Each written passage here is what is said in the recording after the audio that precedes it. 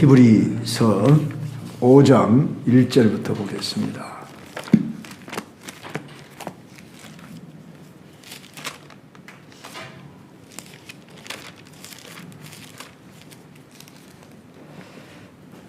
제가 한 절, 여러분이 한 절 그렇게 교독합니다. 대제사장마다 사람 가운데서 택한 자이므로 하나님께 속한 일에 사람을 위하여 예물과 속지 않은 제사를 드리게 하나니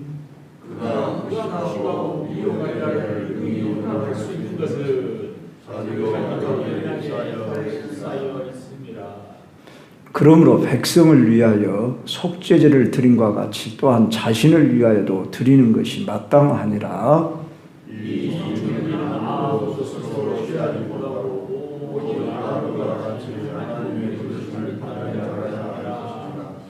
또한 이와 같이 그리스도께서 대제사장 되심도 스스로 영광을 취하심이 아니요 오직 말씀하시니까 그에게 이르시되 너는 내 아들이니 내가 오늘 너를 낳았다 하셨고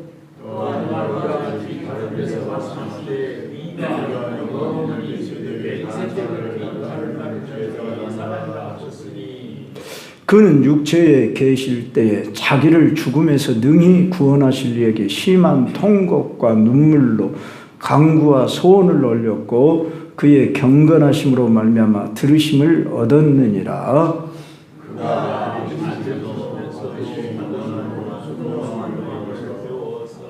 온전하게 되셨은즉 자기에게 순종하는 모든 자에게 영원한 구원의 근원이 되시고 함께 하나님께 멜기세덱의 반차를 따른 대제사장이라 칭하심을 받으셨느니라. 아멘. 사구역 특송하시겠습니다.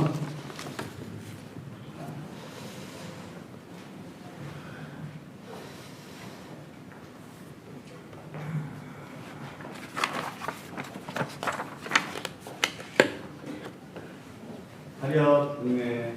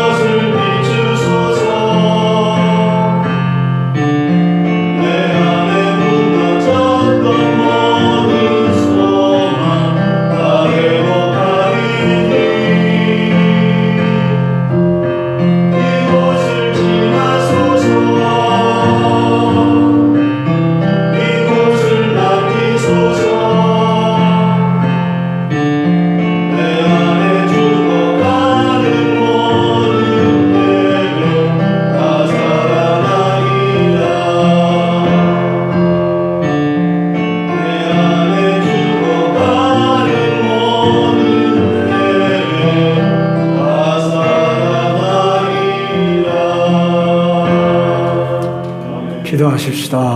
하나님 아버지 감사합니다. 오늘 세상은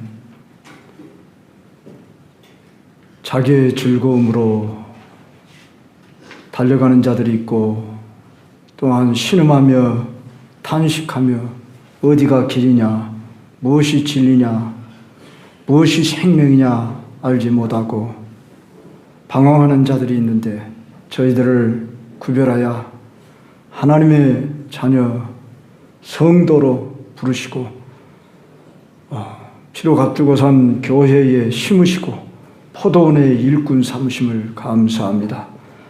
맡은 자들에게 구할 것은 충성이라 하셨습니다. 오늘 또 우리에게 주어진 말씀을 통해 깨달음, 분별력, 지혜, 힘을 더하여 주시옵소서. 성령이 역사하시는 말씀으로 채워 주시옵소서. 거룩하신 예수님 이름으로 기도드립니다. 아멘. 사랑하는 성도 여러분, 우리는 히브리서를 통해서 예수님이 누구신가에 대해서, 그리고 왜 그분만이 우리의 참 소망이 되시는가 하는 것을 발견해야 합니다. 이 히브리서는 구약 히브리인들의 익숙한 그런 환경 속에 있는 사람들에게 예수 그리스도 복음을 통해서 그 구약에 가르치는 모든 제사, 율법, 의식들이 무엇인가, 그 제도나 어떤 규례들을 통해서 예수 그리스도를 소개합니다. 그럴 때 오늘 대제사장과 예수님의 관계에 대해서 말씀을 하는데, 대제사장마다 사람 가운데서 택한 자이므로, 아무리 큰 대제사장이라 할지라도, 대제사장이 크다는 뜻이지만 바로 그 어떤 대제사장이라 할지라도 사람 가운데 택함을 받았고, 그는 하나님께 속한 일에 사람을 위하여 예물과 속지 않은 제사를 드리는 자로서 무시하고 미혹된 자를 능히 용납할 수 있어야 하는 것은 자기도 연약하기 때문이라, 이렇게 말하고 있습니다. 그러니까 일반 백성들의 죄를 속죄하고 그들을 대신하여 제사를 드리는 이 모든 역할을 감당하는 대제사장이 그들을 인도하는 자라고 그래서, 그들을 중보하는 자라고 그래서 실수가 없고 부족이 없는 것이 아니라 그도 연약한 자다 그 말입니다. 그래서 자기 죄를 먼저 속죄하고 성결함을 받아야 하고, 그러지만 하나님은 사람을 통해서 일하신다 그 말입니다. 그래서 하나님이 대제사장을 세운 것은 그가 완전해서 성결해서 그를 세운 것이 아니라, 그도 부족하고 허물이 있지만 그를 세워서 일반 백성들의 죄를 속죄하도록 했는데, 일반 백성들은 무식하고 미혹된 자들이라는 겁니다. 그래서 그들을 용납하고 이렇게 잘 인도해야 하는데, 이제 영원한 대제사장, 그분은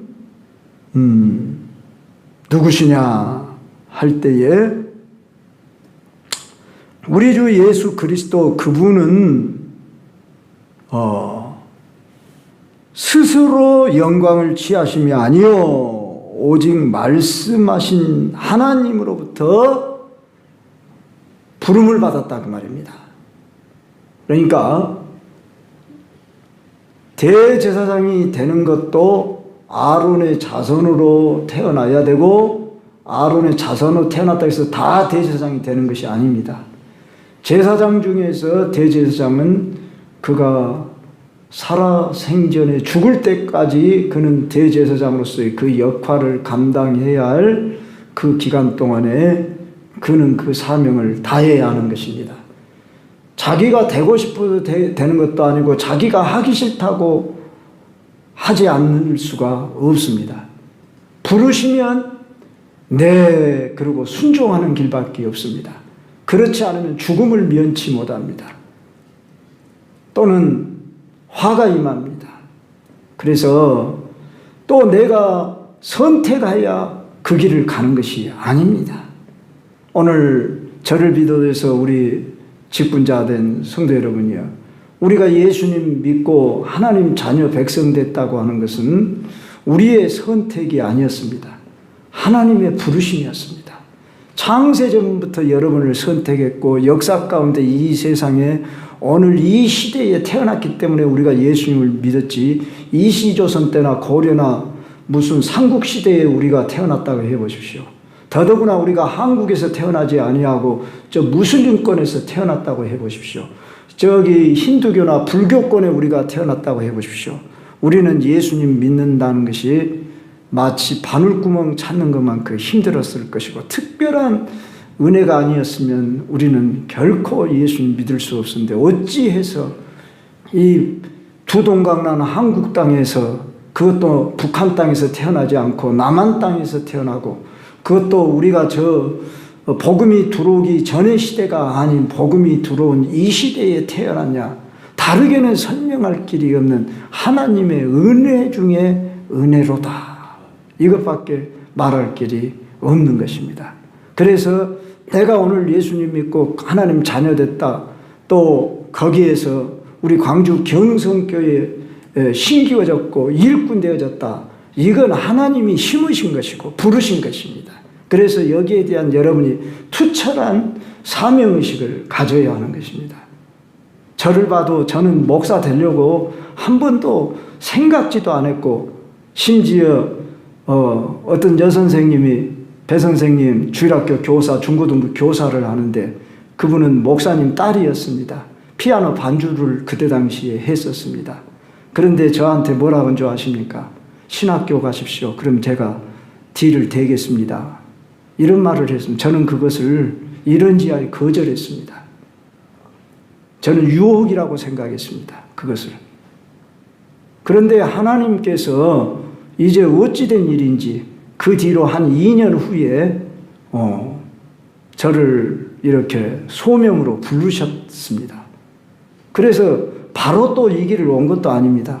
하나님 앞에 저는 군에 가서 3년, 남자는 군대 가봐야 그 신앙을 알고 여자는 시집을 가봐야 그 신앙을 안다. 이 말씀을 강대상에서 당시 목사님이 자주 했던 바가 있어서, 아하, 나는 불신간성 태어나서 내가 먼저 예수님 믿고 또 이제 나중에 우리 어머니 여동생이 인도하고 아버지도 세례받고 그래도 소천하셨지만 여하간 나는 믿음의 뿌리가 없는 가정에서 나는 또 특별히 이렇게 남 앞에 서서 마을재간도 죄를 없는 사람인데 주의 종이 되리라고 나는 꿈에도 생각지를 안 했는데, 네가 날 사랑하느냐, 그러면 네 어린 양을 먹여라 하는 이것을 내적 음성으로 듣고 저는 붙잡혔습니다. 그래서 군 3년 생활 동안에 시기가 나는 내가 주님의 부르심 앞에 내가 갈 것인가 말 것인가 하는, 한마디로 시험 받는 장소였습니다. 그래서 저는 성경 69절을 외우면서 그 기간을 지내는 동안에 그래도 내 중심이 변치 않고 부르셨으니 다른 길로 가면은 이제 화가 임할 것만 같았습니다. 그래서 나는 붙잡혀서 이 길을 여기까지 오게 됐습니다. 그와 같이 각자 부르심은 다를 수 있습니다. 환경도 다르고 상황이 다를 수 있습니다. 그와 같이 대제사장이 되는 것은 아론 자손이라고 해서 다 될 수가 있는 게 아니고, 아론 자손 중에서도 1년에 한 번씩 바뀌는 것도 아니고, 대제사장은 한 번 선택받고 부름받으면 그가 죽을 때까지 대제사장입니다. 그래서 우리가 잘 아는 대로 사무엘 당시에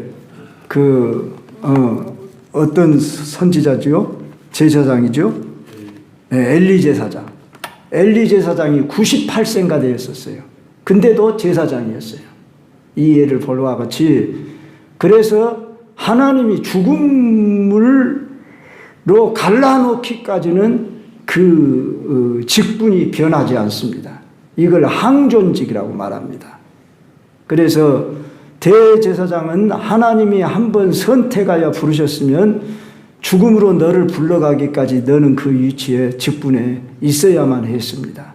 바로 그러나 인간 대제사장은 오늘 여기도 보는 것과 같이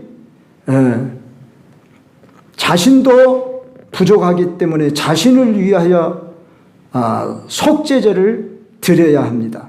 그런데 그리스도도 대제사장 되심이 스스로 영광을 취하심이 아니요 오직 말씀하시니까 이르시기를 너는 내 아들이니 내가 오늘 너를 낳았다. 시편 2편의 말씀을 인용해서 히브리서 기자가 말씀하는데 예수님도 아들의 위격을 가지고 이 세상에 인간의 몸을 입고 오신 분으로 이제 너는 영원히 멜기세덱의 반차를 따르는 제사장이라 이렇게 선언했습니다. 여기 멜기세덱이라고 하는 독특한 이름이 등장합니다. 이 얘기는 창세기 14장에 한 번 나타나고 시편 110편의 시로서 나오는 말씀입니다. 그러면 이 멜기세덱이 누구냐 할 때에 참 인간 중에 특별한 사람입니다. 그를 가리켜 살렘 왕이라. 살렘이란 뜻은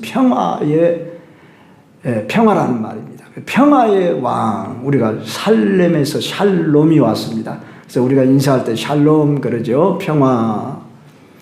평화의 왕, 지극히 높으신 하나님의 제사장이라.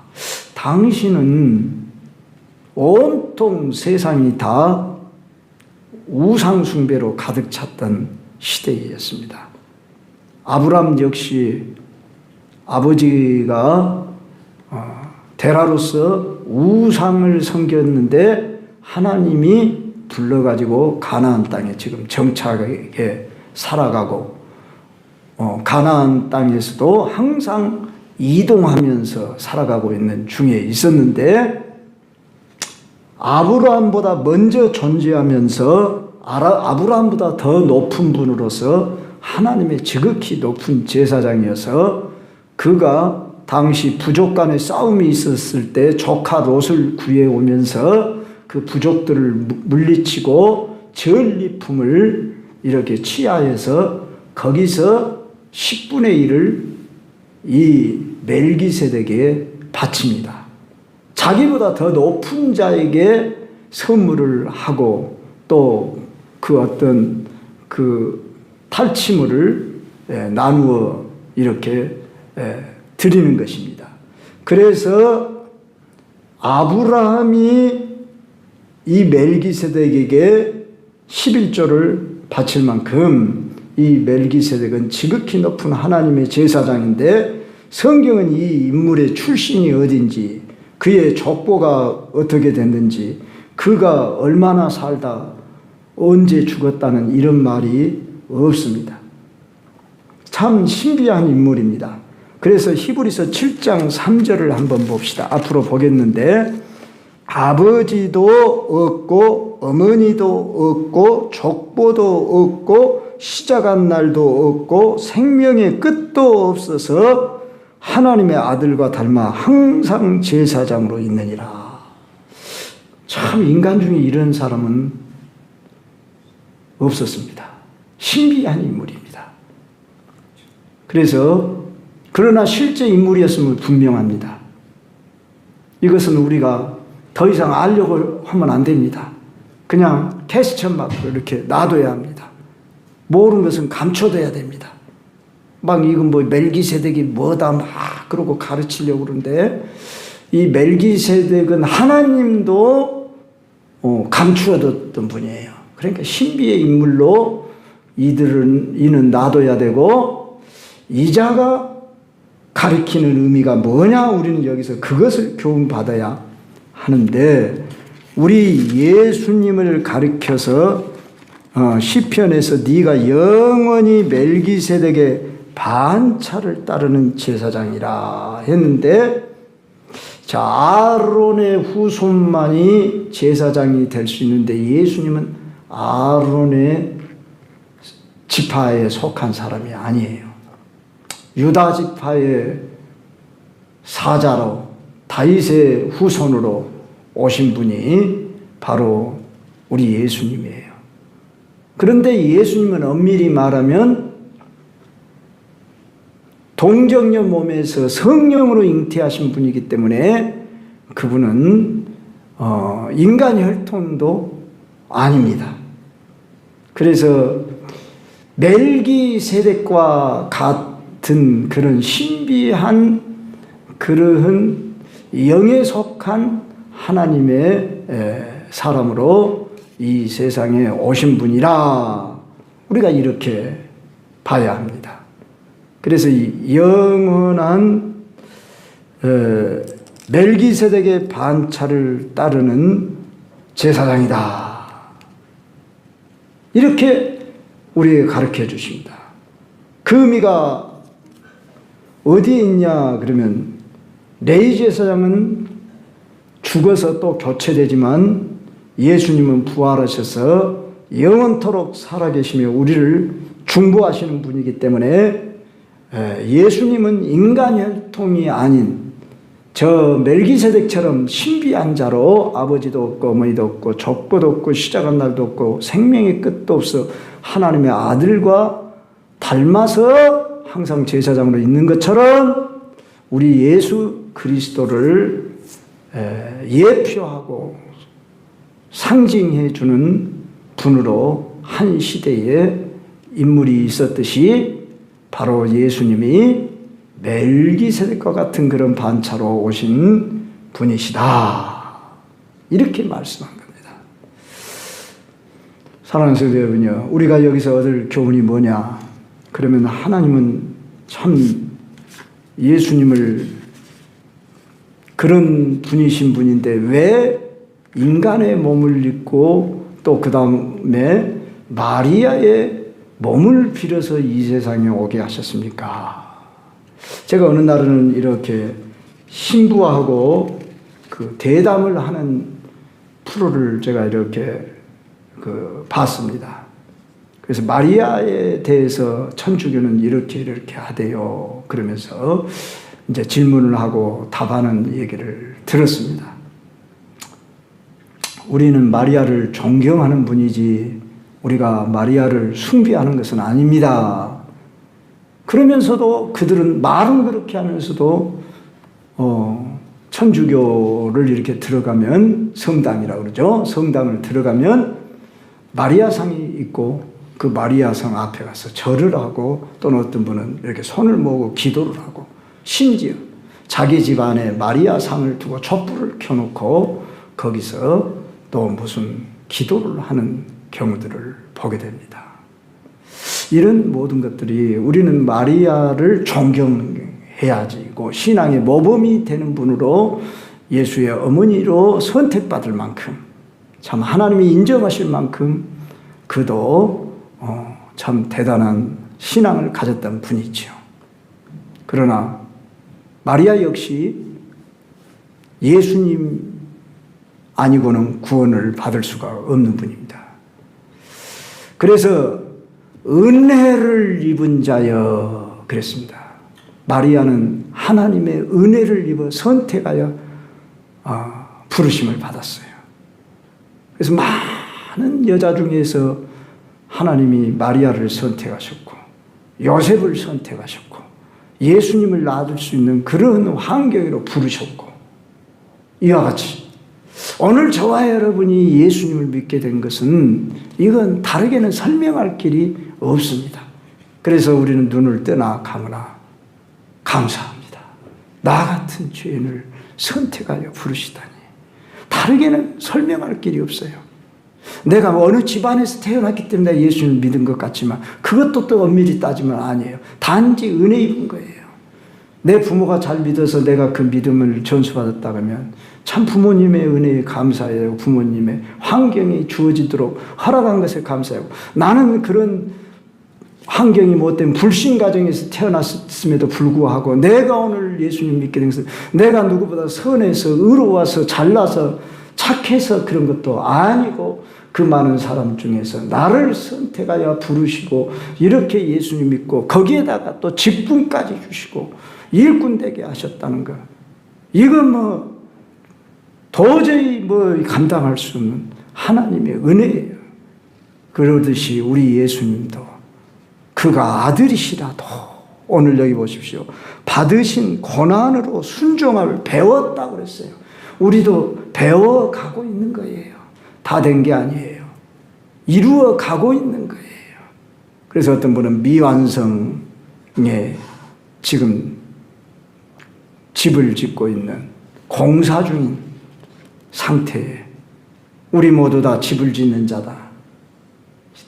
신앙의 집을 짓는 자인데 하나님이 우리에게 은혜를 내리워 주셔서 이렇게 예수님을 믿고 알게 됐는데, 예수님은 어떤 분이냐? 인간의 몸을 입고 오신 예수님 7절 보십시다. 그는 육체에 계실 때에 자기를 죽음에서 능히 구원하실 이에게 심한 통곡과 눈물로 간구와 소원을 올렸고, 저는 이 부분을 읽을 때 매우 가슴이 뭉클해요. 나를 구원하실 이에게 얼마나 심한 통곡과 눈물로 간구와 소원을 올렸는고. 한때 그랬을 때가 있었다 하지만 참 우리가 많은 경우에 육신을 사랑하고 내 육신 때문에, 연약함 때문에 내가 기도하는 것을 힘쓰지 못하고 심한 통곡과 눈물로 간구와 소원을 올리는 이런 기도를 하며 그의 경건하심으로 말미암아 들으심을 얻었다. 육체를 입고 오신 예수님도 이 땅에 참 늘 기도를 밥 먹듯이 하고 사셨다는 사실을 잊지 마시길 바랍니다. 할 수만 있으면 자주 기도하는 자가 되기를 바랍니다. 우리 광주 경성교회는, 저는 기도하는 교회, 깨어있는 교회, 이런 뜻인 줄 압니다. 분명히 무슨 서울 경성 그런 일제시대 때의 서울을 경성이라고 했는데 그런 경성이 아닌 줄 압니다. 네. 우리는 이 지역사회에서 잠자는 자들의 영혼을 깨우고 살리는, 우리들이 그렇게 세워지기 위해서 늘 깨어있는 그런 기도를 할 수 있기를 주의 이름으로 축원합니다. 예수님도 순종함을 배워서 온전하게 되신 것은 자기에게 순종하는 모든 자에게 영원한 구원이 되시기 위해서 그랬다. 예수님이 순종함으로 모범을 보였듯이 우리가 순종함으로 그를 따를 때 우리는 그의 자녀입니다. 그의 형제요 일꾼으로 우리를 제자로 부르셨습니다. 우리는 이 사실에 감사 감격해야 합니다. 그러면서 순종한다는 것이 뭐냐? 주님이 서라 하면 서고 주님이 가라 하면 가는, 주님 말씀하시면 내가 따르리이다. 주님 나를 필요로 하시면 쓰시옵소서. 이렇게 여러분이 순종하시는 자, 이렇게 되시면 바로 주님이 영광을 받으시고 주님이 여러분을 통해 일하십니다. 우리의 유일한 중보자는 예수님으로, 예수님은 이 땅에 오셔서 그렇게 고난받을 필요가 없는데 굶주리고 헐벗고 참 고고학자가 몇 년 전에 발굴을 해보니까 예수님은 어느 동굴에, 지하 동굴에서 이렇게 사셨다, 그렇게 알려지고 있습니다. 그것이 사실인지 아닌지는 알 수 없지만, 그리고 예수님 공생의 3년 동안에 자신은 아무것 가진 것 없이 참 그렇게 사셨고, 예수님의 그 생애란 다 자신을 내어주는 생애로 자기네 신체와 자기의 모든 삶을 내어주시며 우리에게 주셨습니다. 우리는 예수님을 전부로 받은 사람들입니다. 이 예수님의 은혜를 입은 자들로서 우리는 더 이상 무엇을 무슨 꿈과 희망을, 나의 어떤 욕심을 내려놔야 합니다. 주님이 하라 하시면 주님 하겠고, 주님 서라 하면 서겠습니다. 이렇게 우리가 순종하는 자로 나아가지 않으면 우리는 진정한 제자가 아니고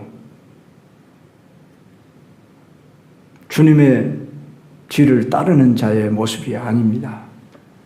그래서 아까 정 권사님이 기도할 때에 누구든지 나를 따라오려거든 자기를 부인하고 날마다 자기 십자가를 지고 나를 따를 것이니라 하는 기도에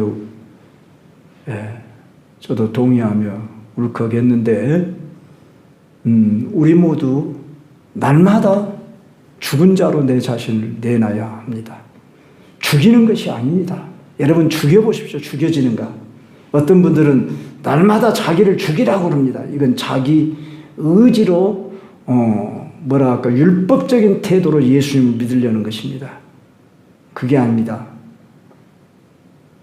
나를 죽은 자로 여겨야 합니다. 믿어야 합니다. 나는 죽은 자입니다. 그리고 나를 인정해야 하는 것입니다. 로마서 6장을 통해서 내가 여러 번 설교하며 말씀드렸습니다. 여겨라 그랬습니다. 여겨란 말은 인정하라 그 말입니다. 그것이 믿음인 겁니다. 근데 나를 죽이려고 해보시오. 죽어지는가? 용수철을 그냥 계속 눌러보십시오. 센 용수철을 계속 더 눌러보십시오. 이장 더 이상 못해. 그리고 손을 놓게 됩니다. 튕겨나가버립니다. 그와 같이 우리들의 신앙생활이 자기 의지를 따라서 자기의 결심, 노력으로 무엇을 성취하려고 하면 실패합니다. 나는 죽은 자로 내려놓고 주님이 서라 하면 서고 가라 하면 가고 주님 말씀대로 순종하고 주님이 세우신 곳에 쓰임 받으시면